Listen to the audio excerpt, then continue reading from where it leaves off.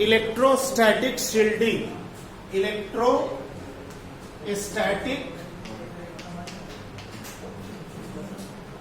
Shielding, SHIELDING, electrostatic shielding. This is also called shielding effect. This phenomena is based on charging by induction concept, which we had, जो हम लोगों ने last class में discuss किया था. तो electrostatic shielding और शील्डिंग इफेक्ट क्या है? बेटा मैंने आपको बताया था कि अगर ये मेटल स्फीयर है और इसके पास हम एक नेगेटिव रॉड लाते हैं तो लेफ्ट सरफेस पे पॉजिटिव चार्ज जनरेट होता है ड्यू टू इलेक्ट्रॉन पोलराइजेशन, और राइट सरफेस पे नेगेटिव चार्ज जनरेट होता है इलेक्ट्रॉन की एक्सेस की वजह से. इलेक्ट्रॉन लेफ्ट सरफेस से राइट सरफेस पे जाता है और यहां एक्सेस ऑफ इलेक्ट्रॉन की वजह से नेगेटिव चार्ज जनरेट होता है, और लेफ्ट सरफेस पे डेफिशिएंसी ऑफ इलेक्ट्रॉन की वजह से पॉजिटिव चार्ज जनरेट होता है. ये मैंने आपको चार्जिंग बाय इंडक्शन में बताया था. ठीक है. अब होता क्या है बेटा, सपोज करिए कि इस रॉड पे प्लस क्यू चार्ज है, इस रॉड पे प्लस क्यू चार्ज है. तो इधर अगर ये मेटल स्फीयर है, मेटल बॉडी है, तो लेफ्ट सरफेस पे पॉजिटिव चार्ज जो डेवलप होगा वो प्लस क्यू के बराबर डेवलप होगा, और राइट फेस पे जो चार्ज डेवलप होगा वो माइनस क्यू के बराबर डेवलप होगा. यानी कि जितना इंड्यूसिंग चार्ज है, रॉड पे जो चार्ज है उसको इंड्यूसिंग चार्ज कहते हैं, और इस बॉडी पे जो चार्ज डेवलप हुआ उसको इंड्यूस्ड चार्ज कहते हैं. बात समझ में आ गई? तो अगर ये मेटल स्फीयर है तो जो इंड्यूस्ड चार्ज है वो इंड्यूसिंग चार्ज के बराबर होगा. क्लियर? अगर आप बहुत ब्रिलियंट स्टूडेंट हैं तो मैं जितना भी पढ़ाऊंगा, मेरा जो नॉलेज है और आपका नॉलेज इक्वल हो जाएगा हर क्लास में, हर क्लास के लास्ट तक. Is this clear? क्योंकि सेम चार्ज इंड्यूस होगा. Teaching is also is induced induction method. मैं पढ़ा रहा हूं, आपका नॉलेज लेवल बढ़ रहा है. This is induction. So plus Q minus Q, induced charge and inducing charge both will become equal. इस पॉजिटिव रॉड की वजह से पॉजिटिव चार्ज की इलेक्ट्रिक फील्ड राइट वर्ड होगी हमेशा या आप इस तरह से कह सकते हो कि अगर ये नेगेटिव रॉड है तो नेगेटिव रॉड की इलेक्ट्रिक फील्ड अगर हम कहें तो हमेशा इस तरफ होगी. आगे चल के मैं आपको बताऊंगा कि अगर कोई पॉजिटिव चार्ज है तो फील्ड हमेशा उससे बाहर की तरफ निकलती है इलेक्ट्रिक फील्ड, और अगर कोई नेगेटिव चार्ज है तो इलेक्ट्रिक फील्ड हमेशा उस चार्ज की तरफ होती है. ये मैं आगे चल करके इलेक्ट्रिक लाइन ऑफ फोर्स में ये कॉन्सेप्ट आपको बताऊंगा. ठीक है? यानी अगर कोई पॉजिटिव चार्ज होगा तो उस चार्ज से इलेक्ट्रिक फील्ड निकलेगी, और अगर कोई नेगेटिव चार्ज होगा तो इलेक्ट्रिक फील्ड उस चार्ज पे कन्वर्ज होगी. Is this clear? तो अगर ये रॉड है, ये नेगेटिव है, तो इसकी इलेक्ट्रिक फील्ड इधर होगी, और अगर ये स्फीयर है तो इसमें इलेक्ट्रिक फील्ड हमेशा पॉजिटिव चार्ज से नेगेटिव चार्ज की तरफ होगी. अंदर जो इलेक्ट्रिक फील्ड है और बाहर इलेक्ट्रिक फील्ड सेम होगी, तो अपोजिट होने की वजह से नेट फील्ड इनसाइड स्फीयर जो है वो जीरो हो जाएगा. इस रॉड की इलेक्ट्रिक फील्ड में ये मेटल स्फीयर रखा है, same magnitude of charge induce हो गया, तो बाहर जो फील्ड है और अंदर जो फील्ड है मैग्नीट्यूड में इक्वल अपोजिट होने की वजह से इसके अंदर नेट इलेक्ट्रिक फील्ड की वैल्यू क्या हो गई बच्चों? जीरो हो गई. नेट इलेक्ट्रिक फील्ड क्या हो गई? जीरो हो गई. यानी बाहर स्ट्रांग इलेक्ट्रिक फील्ड होने के बाद भी इस मेटल स्फीयर के अंदर नेट इलेक्ट्रिक फील्ड जीरो होगी. इसी को कहते हैं इलेक्ट्रोस्टैटिक शील्डिंग. इसी फिनोमेना को कहते हैं इलेक्ट्रोस्टैटिक शील्डिंग. तो आप ये फिगर ड्रॉ कर लो, इसको आप ड्रॉ कर लो बेटा. Draw this figure. Basic characteristics of electric charge का अंदर ही लिखना है. हाँ, ये प्रॉपर्टी में ही है. चार्जिंग बाय इंडक्शन जो मैंने आपको बताया है, ना, उसके बाद वाली हेडिंग है ये इलेक्ट्रोस्टैटिक शील्डिंग या शील्डिंग इफेक्ट. ये फिगर बेटा ड्रॉ कर लीजिए. Draw this figure.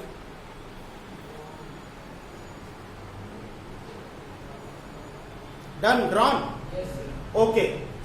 अच्छा एक बात बताओ बच्चों कि अगर मैं इस पर्टिकुलर केस में आपसे ये कहूं कि ये मेटल स्फीयर है, ये मेटल स्फीयर है और इसके पास हम एक पॉजिटिव रॉड ला के रख दें तो क्या होगा? इस मेटल स्फीयर के पास अगर एक पॉजिटिव रॉड ला के रख दें तो क्या होगा?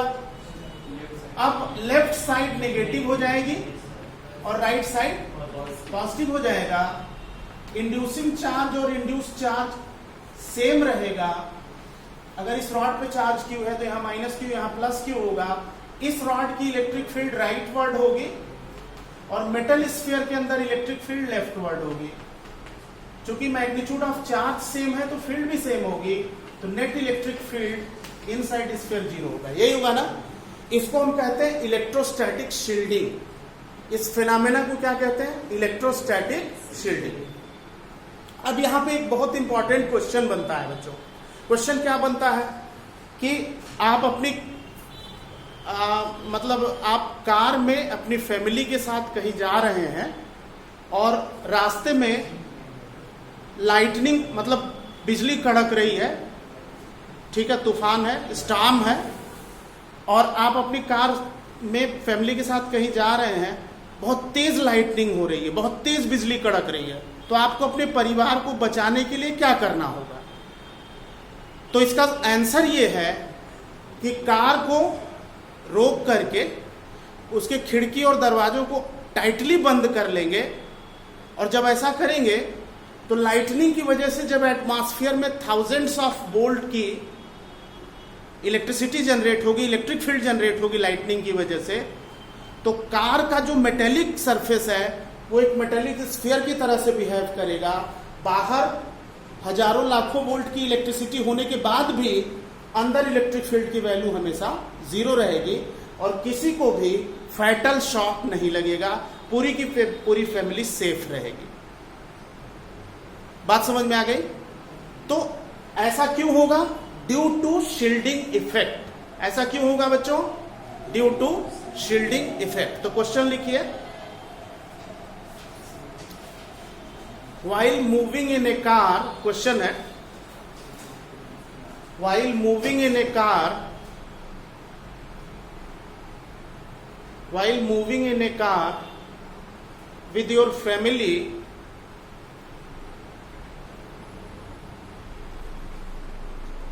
with your family to provide safeguard from lightning, to provide safeguard from lightning,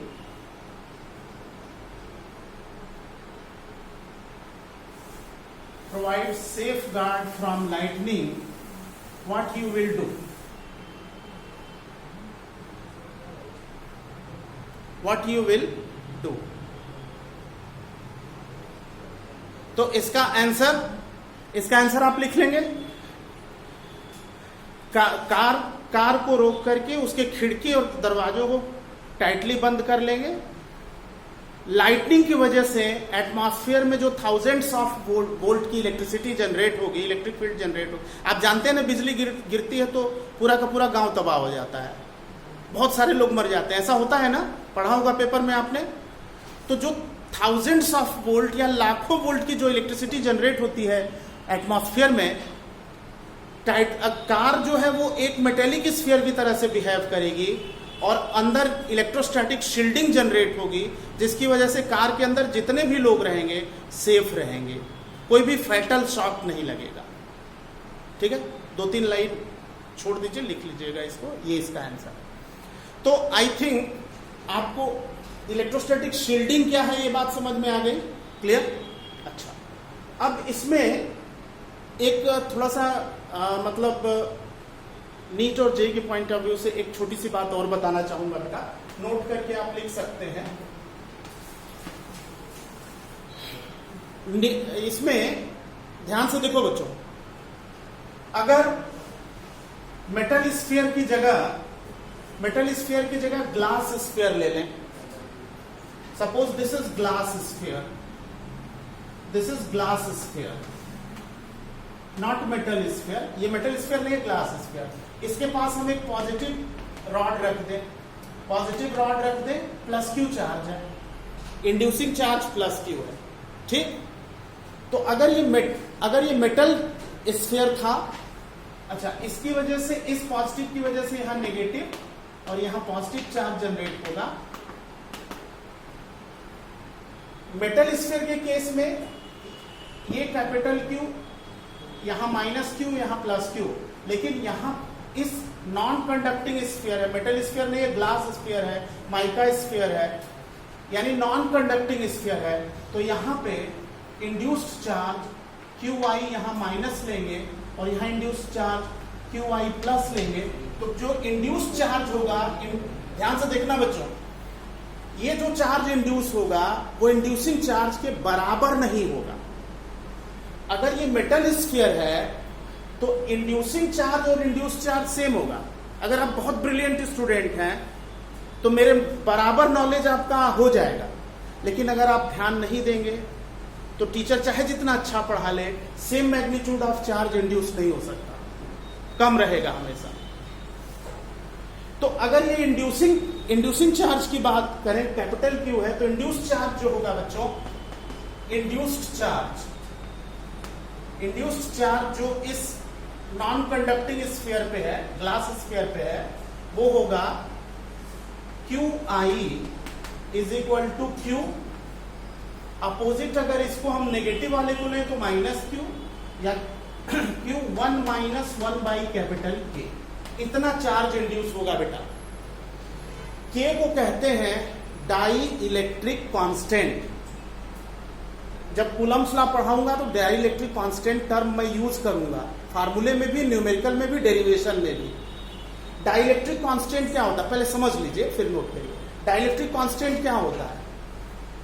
ये ग्लास है ना, ग्लास का डाइलेक्ट्रिक कांस्टेंट है, माइका स्फीयर है, उसका डाइलेक्ट्रिक, हर नॉन कंडक्टिंग बॉडी का अलग अलग डाइलेक्ट्रिक कांस्टेंट होता है। वो जैसे ग्लास है तो ग्लास का डाइलेक्ट्रिक कांस्टेंट 9 भी होता है, 6 भी होता है, डिपेंडिंग ऑन कि ग्लास का नेचर क्या है। कुछ ग्लास हार्ड नेचर के होते हैं, कुछ सॉफ्ट नेचर के होते हैं। वाटर है, पानी है, water is also dielectric material, non conducting material, तो उसका डाइलेक्ट्रिक कांस्टेंट 81 होता है। एयर है, जिस रूम में आप बैठे हुए हैं, उसका भी अपना पर्टिकुलर डाइलेक्ट्रिक कांस्टेंट है। एयर का डाइलेक्ट्रिक कांस्टेंट 1 होता है बच्चों। मेटल जो है वो, उसका डाइलेक्ट्रिक कांस्टेंट इनफाइनाइट होता है। Copper, silver, gold, aluminium, iron, इन सब का डाइलेक्ट्रिक कांस्टेंट इनफाइनाइट होता है। डाइलेक्ट्रिक कांस्टेंट की डेफिनेशन अभी मैं आपको बताऊंगा। Actually dielectric constant is the measurement of insulating conductivity of the substance. मतलब कोई भी डाइलेक्ट्रिक मटेरियल है तो उसके कंडक्टिविटी के मेजरमेंट को उसका डाइलेक्ट्रिक कांस्टेंट कहते हैं। तो अगर बेटा ये मेटल स्फीयर होता तो के की वैल्यू क्या होती? इनफाइनाइट। अच्छा, ये ग्लास स्फीयर है, माइका स्फीयर है, इस स्फीयर के अंदर केरोसिन भर दिया गया, वाटर भर दिया गया, सब पे अलग अलग चार्ज आएगा। क्यों? क्योंकि डाइलेक्ट्रिक कांस्टेंट अलग अलग है, ठीक है ना। तो जो इंड्यूस चार्ज होगा नॉन कंडक्टिंग स्फीयर पे वो इतना होगा। मान लीजिए ये मेटल स्फीयर है तो डाइलेक्ट्रिक कांस्टेंट इनफाइनाइट हो जाएगा। मेटल स्फीयर का डाइलेक्ट्रिक कांस्टेंट कितना होगा? इनफाइनाइट। और 1 बाई इनफाइनाइट की वैल्यू कितनी होगी बच्चों? 0 होगी। 1 बाई इनफाइनाइट की वैल्यू 0 होगी। तो जितना इंड्यूसिंग चार्ज है उतना ही इंड्यूस चार्ज आ जाएगा। नेगेटिव है तो माइनस की। मतलब अगर मेटल की बात करें, मेटल स्फीयर के लिए तो डाइलेक्ट्रिक कांस्टेंट इंफिनिटी होता है। तो इस केस में इंड्यूस चार्ज जो होगा वो Q 1 माइनस 1 बाई इंफिनिटी होने की वजह से इंड्यूस चार्ज इंड्यूसिंग चार्ज के बराबर है। तो ये पूरा पॉइंट आप नोट कर लीजिए, एक इंपॉर्टेंट बात है।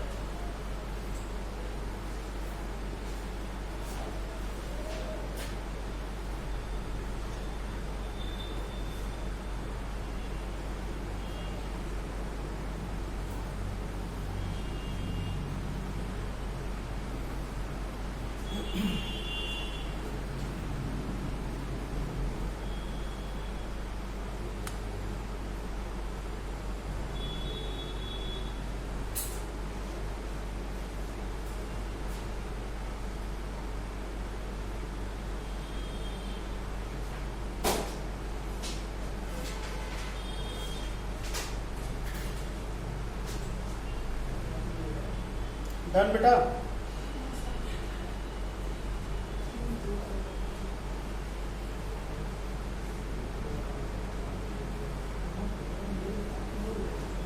Done, okay. सो यहां पे मैं इस टर्म को थोड़ा डिफाइन कर देता हूं, डाइलेक्ट्रिक कांस्टेंट को। तो हेडिंग आप यहां पे डाल दो बेटा, dielectric constant. Dielectric constant,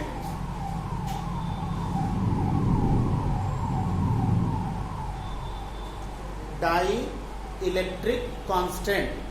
bracket में आप लिख लीजिए रिलेटिव परमिटिविटी, इसका दूसरा नाम है।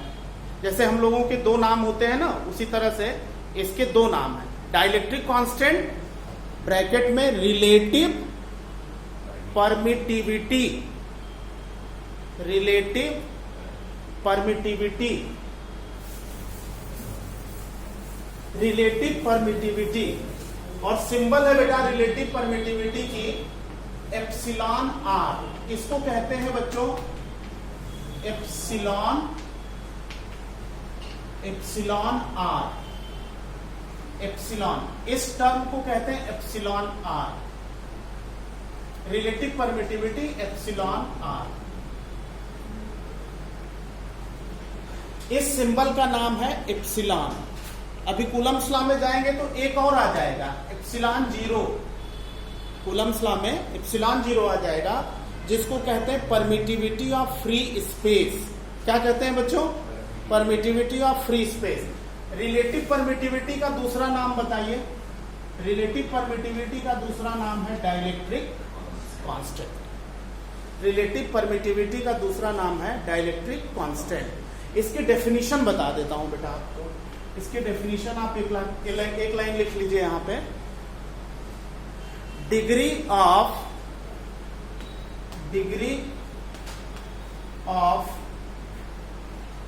insulating conductivity,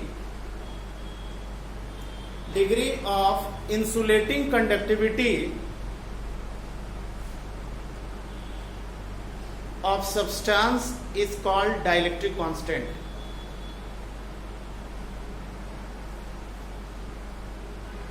Of substance is called dielectric constant.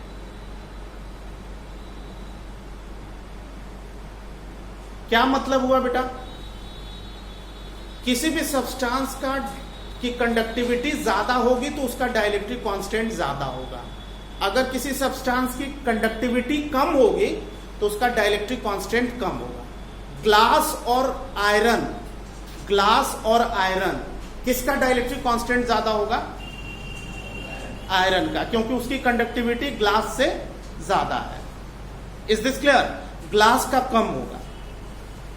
So measurement of conductivity is dielectric constant. अच्छा, एक चीज और जान लो बच्चों, एक बात और जान लीजिए। डाइलेक्ट्रिक कांस्टेंट की जो रेंज होती है वो हमेशा 1 से इंफिनिटी के बीच में होती है बच्चों। के 1 होता है हमेशा एयर या वैक्यूम के लिए, एयर या वैक्यूम के लिए डाइलेक्ट्रिक कांस्टेंट 1 होता है। और मेटल के लिए के की वैल्यू इनफाइनाइट होती है, या रिलेटिव परमिटिविटी इनफाइनाइट होती है। कॉपर, सिल्वर, गोल्ड इनफाइनाइट होता है क्योंकि कंडक्टिविटी इनफाइनाइट होती है। वुड डाइलेक्ट्रिक मटेरियल है, ये जो कपड़ा है डाइलेक्ट्रिक मटेरियल है। पेपर जिसपे आप लिख रहे हैं डाइलेक्ट्रिक मटेरियल है। ग्लास, माइका, केरोसिन, वाटर, ये सब डाइलेक्ट्रिक मटेरियल है। हर मटेरियल का डाइलेक्ट्रिक कांस्टेंट रिलेटिव परमिटिविटी 1 होगा। एक चीज और जान लीजिए, डाइलेक्ट्रिक कांस्टेंट 1 से कम किसी भी सब्सटेंस का नहीं होता। क्या डाइलेक्ट्रिक कांस्टेंट 0 हो सकता है? -1 हो सकता है? -5 हो सकता है? नहीं। डाइलेक्ट्रिक कांस्टेंट रिलेटिव परमिटिविटी हमेशा 1 से इंफिनिटी के बीच लाई करती है। इज दिस डेफिनेशन क्लियर बेटा? हम कूलम्स लॉ में जाएंगे तो डाइलेक्ट्रिक कांस्टेंट का फार्मूला आएगा ratio of force, electric force in air and electric force in medium is called dielectric constant और रिलेटिव परमिटिविटी। लेकिन वो डेफिनेशन नहीं है, वो फार्मूला है। आगे आएंगे तो बताएंगे, फिलहाल ये समझ में आ गया आपको। डाइलेक्ट्रिक कांस्टेंट, किसी सब्सटेंस की कंडक्टिविटी ज्यादा है तो डाइलेक्ट्रिक कांस्टेंट ज्यादा होगा, कंडक्टिविटी कम है तो डाइलेक्ट्रिक कांस्टेंट क्या होगा, कम होगा। ठीक है, एक क्वेश्चन इस पे आपको मैं देता हूं, लिखिए बेटा, कंसेप्चुअल क्वेश्चन है। Copper rod is heated, copper rod is heated, copper rod is heated, what will be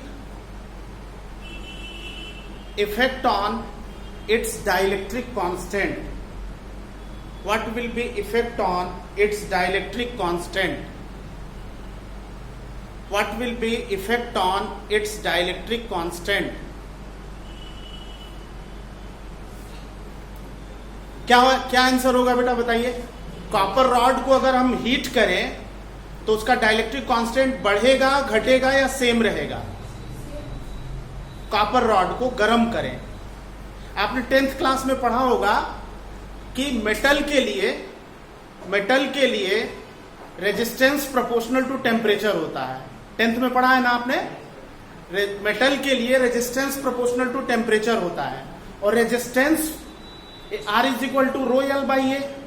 रो को हम कहते हैं रेजिस्टिविटी, क्या कहते हैं रो को, रेजिस्टिविटी, और रेजिस्टिविटी के रेसिप्रोकल को कहते हैं कंडक्टिविटी।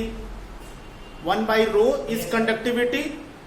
तो टेम्परेचर बढ़ाने से मेटल का रेजिस्टेंस बढ़ेगा। कॉपर रॉड है, अगर हम टेम्परेचर बढ़ाएंगे तो उसका रेजिस्टेंस बढ़ेगा, रेजिस्टिविटी बढ़ेगी तो कंडक्टिविटी क्या होगी बच्चों, कम हो जाएगी। कॉपर रॉड को गर्म करेंगे तो उसकी कंडक्टिविटी कम हो जाएगी, कंडक्टिविटी कम हो जाएगी तो डाइलेक्ट्रिक कांस्टेंट भी कम हो जाएगा। किसी भी मेटल को गर्म कर दोगे तो उसकी कंडक्टिविटी रिड्यूस कर जाती है बच्चों, उसका रेजिस्टेंस बढ़ जाता है, उसमें करंट इजीली पास नहीं हो सकती टेम्परेचर बढ़ाने से, कंडक्टिविटी कम हो जाती है। तो कंडक्टिविटी के मेजरमेंट को क्या कहते हैं, डाइलेक्ट्रिक कांस्टेंट कहते हैं। तो क्वेश्चन लिख लिया आपने, आंसर इसका जो है एक लाइन में लिख लीजिए। सिंस मेटल के लिए